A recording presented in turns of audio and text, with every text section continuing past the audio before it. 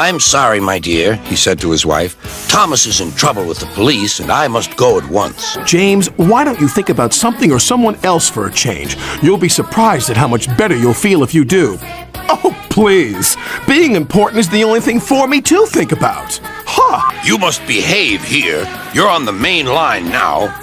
Actually, Gordon, giggled Ben, when we saw you, we thought this was the scrapyard. You miserable engine, she scolded. Just look what you've done to our breakfast. Now I shall have to cook some more. Pah, you're late, and that smell is making me ill.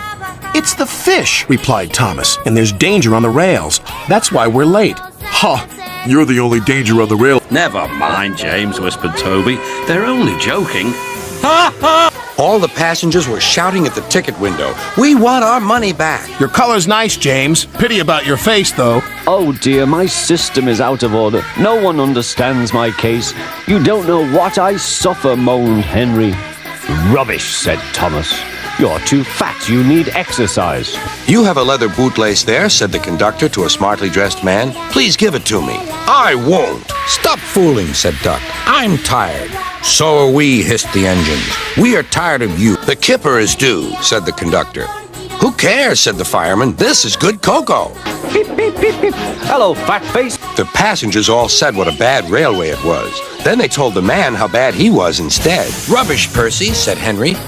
Engines don't wear scarves. Engines with proper funnels do. Why are you complaining all the time? Because I'm a big blue engine and I know everything. I shall complain whenever I want. Duck was horrified. Shut up, he ordered, and bumped them hard. Oh, no, said the freight cars. We want a proper engine, not a red monster. Bah! Enjoyment is all you engines live for. Where's your cowcatcher, he asked. But I don't catch cows, sir. You're Sir Handel, I suppose. And you, I suppose, are George? Yes, I've heard of you. And I've heard of you. You swank around with your steamroller wheels, pretending you're as good as me.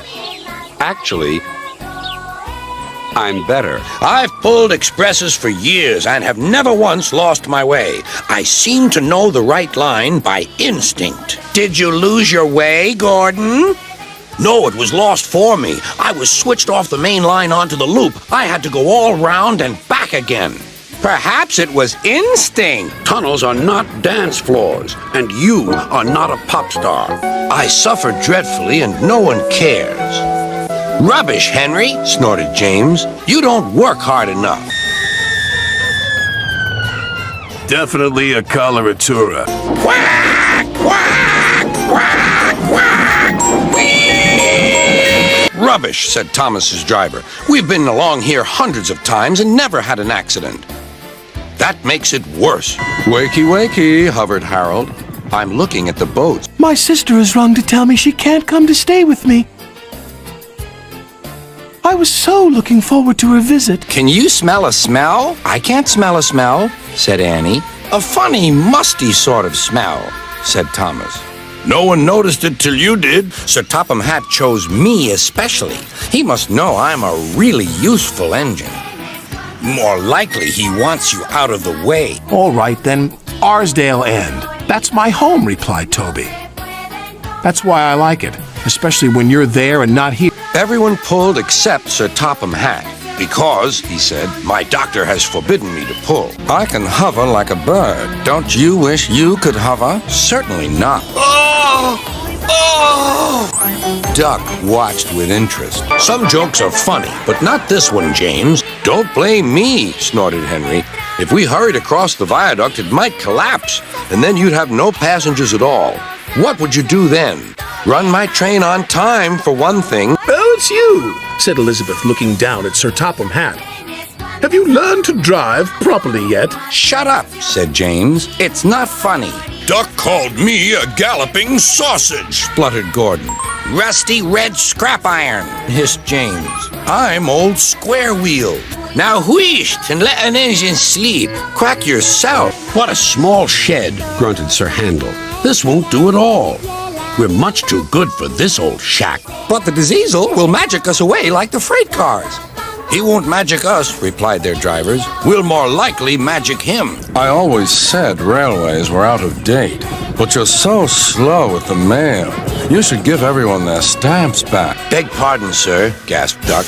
Excuse my intrusion. No, I won't. You said the countryside got you all fired up, James, said Percy, but I didn't think you meant it in this way. No passengers means no polish. And no polish means no passenger. What are you doing here, Percy? You should be at the station by now. I know, sighed Percy. These cars have been troublesome all morning. That's no excuse. If it isn't, Gordon, said Ben, it's just a pile of old iron, which we'd better take to the scrapyard. No, Bill, this lot's useless for scrap. We'll take it to the harbor and dump it in the sea. Help! Called the engines from inside the shed. I can't! Hello, Oliver. Are you being a good gracious engine? Beg pardon, but we really don't like this sort of surprise. I hope the guard leaves the light on for you tonight. Why? Asked Thomas. I quite like the dark. Your ugly fizz is enough to frighten anyone. What's this lump of steaming scrap iron? He teased. I'll be back, replied the lorry, so you can wipe that silly smile off your smoke box. When Boko suddenly arrived, Gordon thought him the most beautiful sight he had ever seen. Boko, my dear engine, save me. Oh, yes, I like children. I hope he doesn't hurt his passengers. What's that about me? I'm a plain engine, and I believe in plain speaking. Speak up. I wouldn't drink too much of that water if I were you, Gordon. It might give you boiler ache. Ha, said Gordon. What's this, educating Gordon Day? Call yourself a car? You're a disgrace to the road. Find yourself a scrapyard. You impertinent scallywags, Duke would say. Whatever are you engines coming to? Really reliable. That's me, panted James. Pity the same can't be said for Percy. The diesel surveyed the shed. Not bad. I've seen worse. Want a race, Thomas? Beeped Bertie. Never mind. Then Sir Topham Hatt gave his full attention to Duncan's funnel. If it happens again, he ended ominously, I shall find ways to cut you down to size. In other words, your career is on the line. My branch is the pride of the line, wouldn't you agree? Well, there is another engine with a famous branch line, too. Who? Let me through, demanded Duck.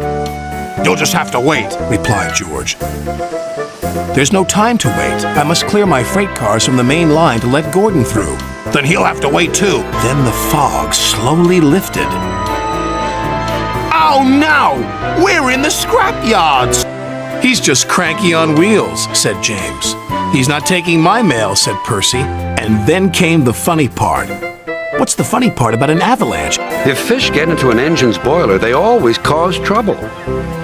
And for another, fish can be awfully smelly. And I know what I'm talking about. Good night. They're bringing in the third lorry on a barge. What happened to that one? James asked. Stupid lorry was reversing and fell straight into the sea. I love weddings, sighed Percy that night. Did you enjoy your kiss? Oliver arrived, and when he saw Toad, he could only smile.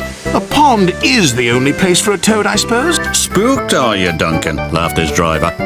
No, wailed Duncan. I'm asleep. We should have left this part of the island alone. It was time for Thomas to leave. He had seen everything.